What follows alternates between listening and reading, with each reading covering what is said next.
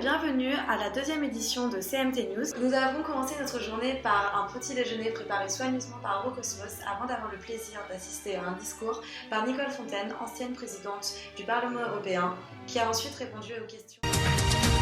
Wir brauchen mehr Stabilitätsmechanismen, wir brauchen mehr Solidarität in Europa, wir brauchen mehr Hilfe für die Staaten, die sich in einer aktuellen Krise befinden. Je pense on ne vit plus au XVIIe siècle. Je pense qu'on est loin de cette logique westphalienne, comme on dit, un prof assez fameux. Et je pense qu'il faut trouver des solutions communes parce qu'on a aussi les mêmes intérêts au plan mondial finalement.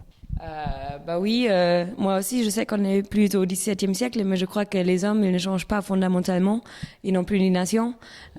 Du coup, même si le système global a changé, même s'il faut de la coopération, le domaine militaire il ne fait pas partie de ce qu'on peut partager et de ce qu'on peut mettre dans un cadre européen. On a aussi une vision humaniste de prévenir des grandes crises comme on a vu en Ukraine ou en Afrique par exemple.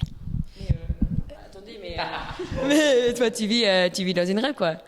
Ce n'est pas la réalité, ça. Quand tu as mentionné la crise en Ukraine, les opinions en Europe, ils divergent, mais fondamentalement. Alors, inconnu, ce n'est pas le mot que moi je dirais, parce que c'est quand même un fait assez connu que ce ne sont pas les politiciens qui font les décisions. Et c'est pour ça que l'Union européenne, c'est un projet qui ne réussit pas, qui ne peut pas réussir parce que c'est déjà loin du peuple, c'est déjà un projet des élites. Et là, ce ne sont même pas les élites, mais ce sont les lobbyistes qui ont tout le pouvoir quasiment. Et c'est ça qu'il faudrait changer.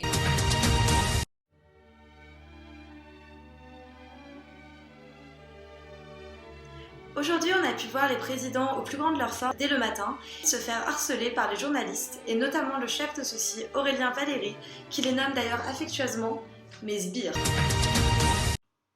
Et maintenant, la chronique Eurocostyle par Séraphine Dinkel. Bonjour, ici Séraphine Dinkel pour la chronique Eurocostyle. Alors, notre premier costume est celui d'un député qui souhaite lancer un défi aux autres participants d'après ses propres mots. Nous avons aussi deux tenues particulièrement chic avec un coup de cœur pour les compensés de saison et le jean slim assorti aux chaussures à l'italienne.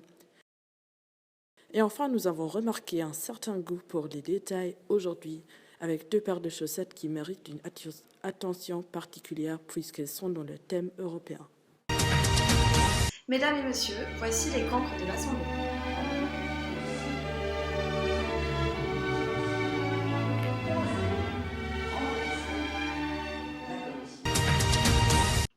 D'ailleurs, au sein de cette même assemblée, nous avons pu découvrir que se cachait parmi nous le sosie d'Isia, la célèbre chanteuse.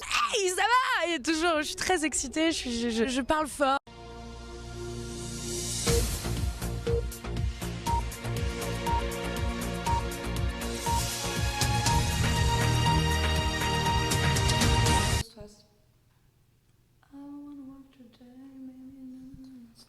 Der laber ich mir einen ab hier, ey.